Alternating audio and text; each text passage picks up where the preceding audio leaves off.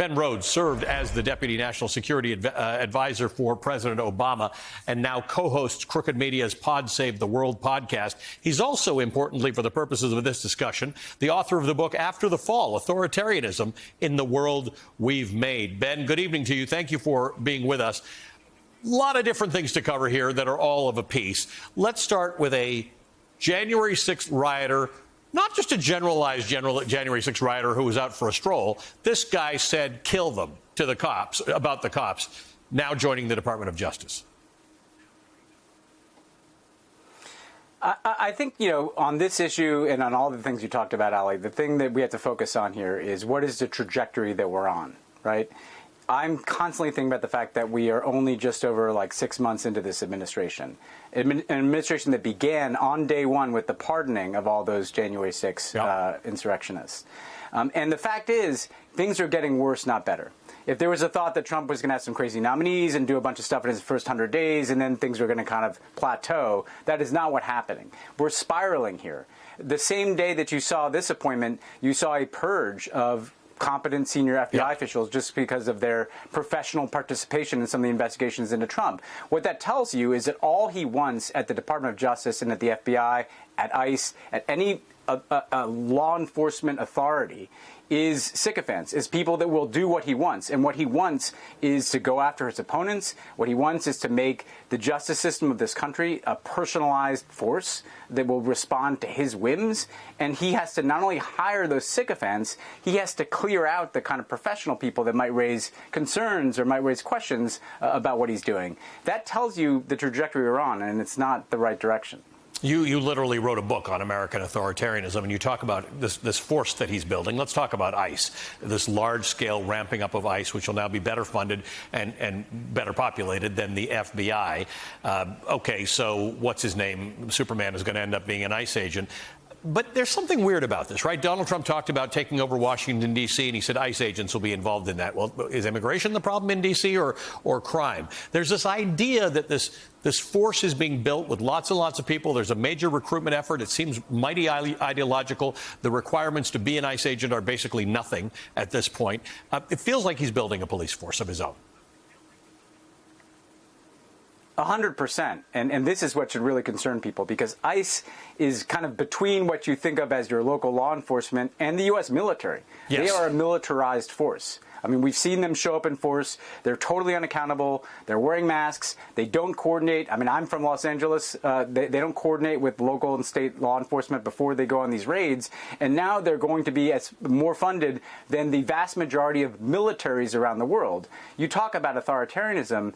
This is just something that you only see in kind of extreme securitized authoritarian states, where you essentially have a militarized force operating domestically that is only accountable to itself and to Donald Trump.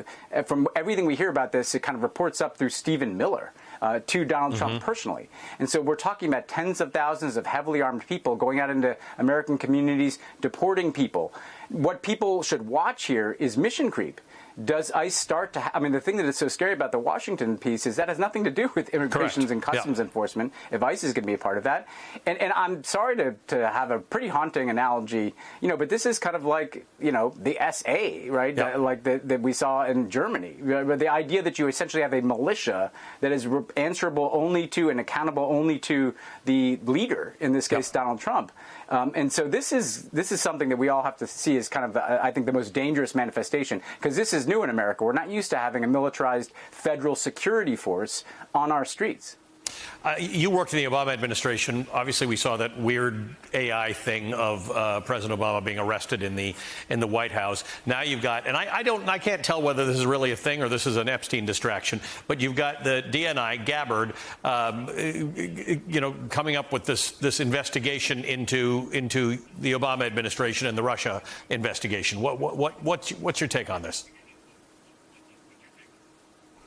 Well, it's of a piece of everything that we've been talking about. And look, he posted something of some AI image of me. It didn't look much like me. I kind of looked like the bad guy in House of Cards or something in it. But I was in an orange jumpsuit in this, so it's a little disconcerting, right?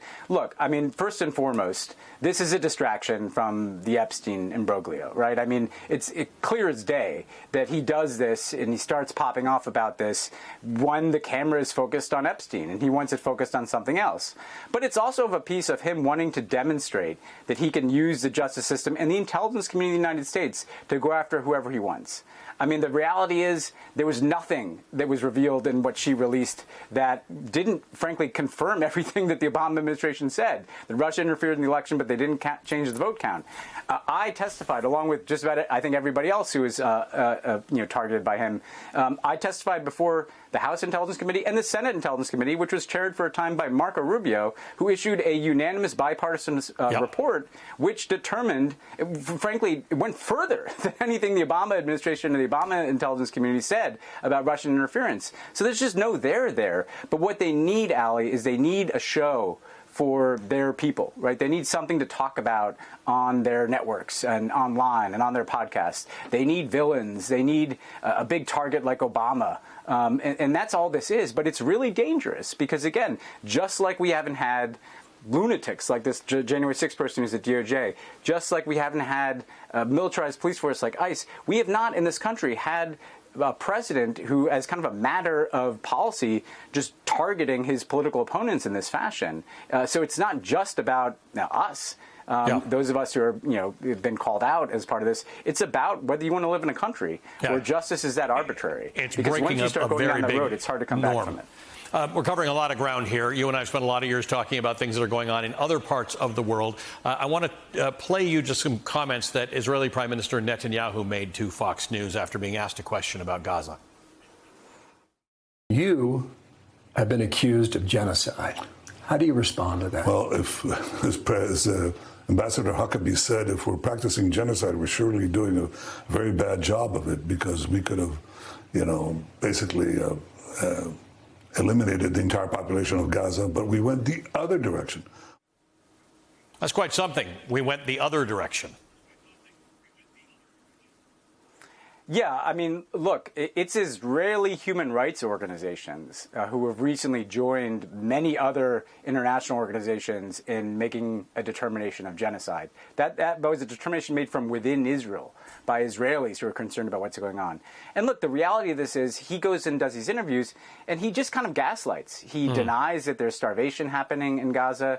He talks about Israel's efforts to get aid into Gaza when, in fact, since March, Israel put total restrictions on the aid distribution system in Gaza and created this kind of Potemkin organization that was getting a trickle of aid in and was also people were being shot. And this is, on firsthand testimony of people that participated in this effort. People were getting shot at those aid distribution sites. And look, now he's talking about the total reoccupation of Gaza, the total control of Gaza by the Israeli military over the objections of the IDF. So this is where Netanyahu's going. I think people sometimes feel like that the tide is breaking against what is happening in Gaza. You see more and more people speaking out. But actually, Netanyahu is only doubling down. We've yet to see any pressure from the Trump administration in any meaningful way to get food in to starving children who are in Gaza. We've yet to see any viable discussion or description of what is going to happen for the future of Gaza other than Donald Trump musing about essentially the ethnic cleansing and wholesale removal of that population in Gaza. So this is going to keep getting worse unless and until there's enough pressure that says, let all those aid trucks in, feed these starving people, and then let's actually have a plan for how to rebuild this place that doesn't involve the mass depopulation of Gaza.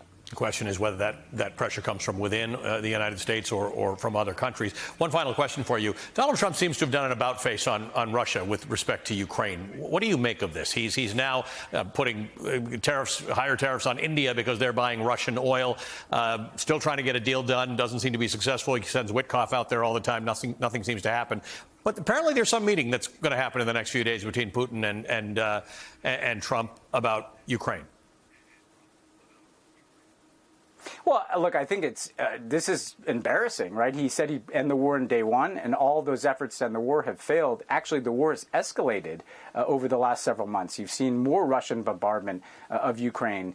You've seen Putin reject Trump's proposal for a 30-day ceasefire. You've seen Putin previously reject other efforts to have meetings. Now it seems like Trump is ratcheting things up, and he seems to want this meeting with Putin. Now, Putin's going to show up at that meeting, and he's going to want the same thing that he wanted yesterday. Yep. Like, it's not changed. He wants the land that Russia wants to annex. He doesn't want Ukraine in NATO. He doesn't want Ukraine to have a relationship with the United States and Europe that can ensure that it can make its own choices. He wants Ukraine back, essentially, in de facto Russian control. That's what he's going to show up and talk to Trump about. And so he can threaten all the tariffs on India he wants. I think sometimes Trump just likes to kind of control the dial, be the center of attention. But unless he's willing to, I think, show Putin himself that he's committed to Ukraine's security. Yeah. Right? It's not just about punishing India or something. It's about, can we demonstrate a long-term commitment to Ukraine that they will be a viable sovereign state, even if they have to make some territorial concessions. That's the only durable way to end this war, other than ending it on Putin's terms completely.